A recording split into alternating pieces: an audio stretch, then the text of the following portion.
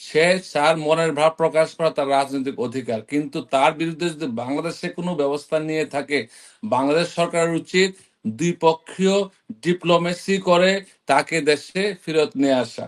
এটা আদৌ সম্ভব হবে কিনা আমরা জানি না, কিন্তু সে যে কথা বলা এটা তার অধিকার। সে তো এখনো কোথাও দোষী সাব্যস্ত হয় নাই, বা তার বিরুদ্ধে যে মামলা হয়েছে, অনেক মামলা হয়েছে, এটার বিচারাধীন প্রক্রিয়া আছে, বিচার এখনো শুরুই হয় নাই।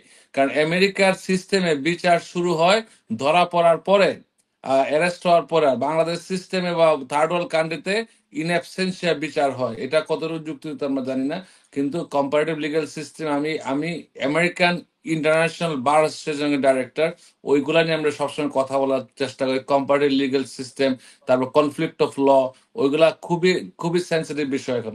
সো যদি বাংলাদেশে তার বিরুদ্ধে ওয়ারেন্ট থাকে, বাংলাদেশ সরকারের উচিত তার যেই দেশে সে আছে, এখন সরকার জানে সে কোথায়। শেখ হাসিনা কিন্তু পলাতক, কিন্তু যেই দেশে আছে সরকার কিন্তু জানে। এখন বাংলাদেশ সরকারের যোগ্যতা এবং এবং মেধা এবং তাদের ডিপ্লোমেসির উপর ডিপেন্ড করবে তারা কতটুকু সার্থক, যে বন্দি বিনিময় চুক্তি আছে এটা কার্যকর করতে পারছে কিনা, এটা তাদের বিষয়। কিন্তু যদি বলেন যে সে বক্তব্য দিচ্ছে কেন, আমি বলবো এটা তার রাজনৈতিক অধিকার। সে যেহেতু একটা দলের প্রধান দিতেই পারে, এর মানে এই না যে সে এটার জন্য আলাদা আলাদা ইন্ডিয়ান সরকার তারা কিছুই করবে না। ইন্ডিয়ান যে দেশ আছে সেই দেশ তাকে সহায়তা করছে।